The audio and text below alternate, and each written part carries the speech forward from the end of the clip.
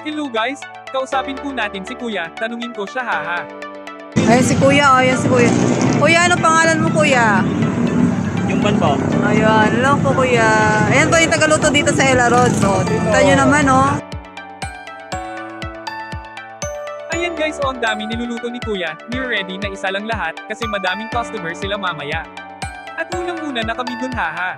Punta na kayo dito guys, araw-araw sila dito, sa mga inasal nila is my 80 which is paa, and pecho is 85 with only rice and only gravy, mapapawaw ka na lang kasi mura na masarap pa. Para sa mga nagtitipid dyan, alam nyo na kung saan kayo pupunta haha. Ito yung may-ari guys, kausapin natin. So yung trending na 6.7 millions po, dahil lang price po yung Gate 2 at Full City. Ano pa lang po ako noon sa Pilipinas po. Ayan po yung mga ano namin, pakit po. Ayan. Yung mga product. Ayan, ayan. May inasal po kami. Ayan. Dahil lang po kayo dito sa may mismong harap ng Yamaha, mga soke. Ayan. Yung Gate 2, harap mismo ng Yamaha, ang location ko. Ilaros food truck cart po kami. Yan po. Grabe guys, nag-viral sila, nag 6 million views yung video nila before.